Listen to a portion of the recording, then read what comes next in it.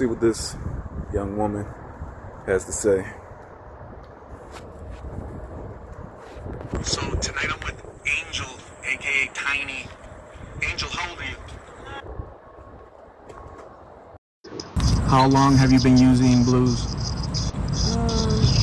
Altogether, I'm gonna say about 3 years. 3 years? You started when you were 16? Yeah, 16.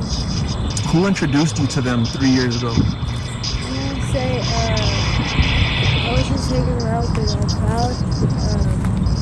Yeah, eating a group home. There's girls coming in and out, you know what I mean? Different backgrounds and like different reasons why they're in the group home to begin with. So like, yeah, so you're exposed to newer and more things, you know what I mean? So and you learn more things, you know what I mean? While you're in a group home. So yeah, I would say. So you didn't have like stability with your family, so you had to end up in a group home, or what happened? Situations happen with my with my family and stuff, and I have 5 brothers and 1 sister plus me, altogether 7 kids. Then my mom and my dad. I got taken away when I was 9 years old. We all did. We all got taken away when I was 9 years old. I'm the oldest. When I was yeah, it's just family issues and stuff that led us into this system. So all of you guys ended up in the system? Yeah. When's the last time you saw your siblings or your family? I would say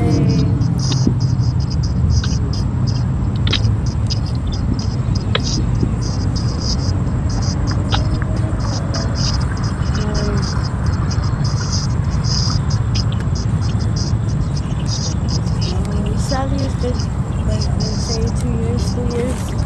Do you miss them? Yeah, a lot. They're my motivation. Yeah, I basically was there with my mom and dad. I think it's plain to see that this young lady has come from very challenging circumstances. I wouldn't consider myself to be a very sympathetic man, but even me, watching this young lady, it breaks my heart to see someone so young and full of potential cut down so soon by circumstances beyond her control and situations beyond her control. But why do I highlight this? I highlight this to show that life is real. I think it's easy to forget that when we start scrolling on our phones, looking for funny videos, looking for relief from our own stress, our own everyday problems. But I want to highlight that life is real. More specifically, I want to highlight what drugs can do to people. I know they're normally presented as an additional part of the party scene, and they are in various ways. But there are serious ramifications for indulging in that stuff. Serious ramifications. And I think it's my part, in part, to present the other side. Most of the time we see the fun side, we see the happy, the laughing, or on TV we get shown a commercialized or cinematic version, but it's real out here. It's really real outside. It's really real outside.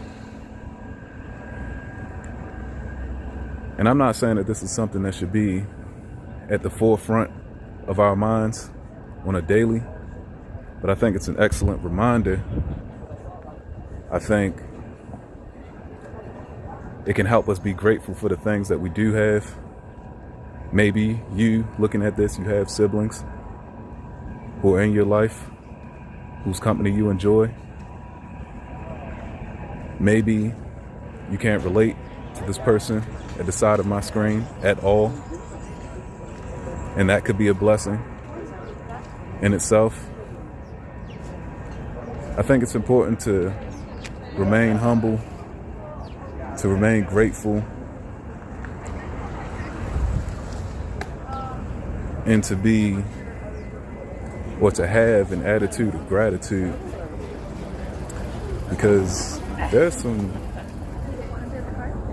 difficult and rough situations out there that people are in the midst of currently. And I don't know about you, but in my own life, when I'm having a bad day, these aren't the types of situations that are on my mind. It's more so of a struggle to remember the blessings that I have in my own life, for me to recall what God has done in my own life. So those are my two main points. One, to be grateful, to have an attitude of gratitude. And two, don't make a bad situation worse by bringing drugs into the mix. If you're young, that's still no excuse. But as we see, things can go left. Adding narcotics to a situation doesn't make it better.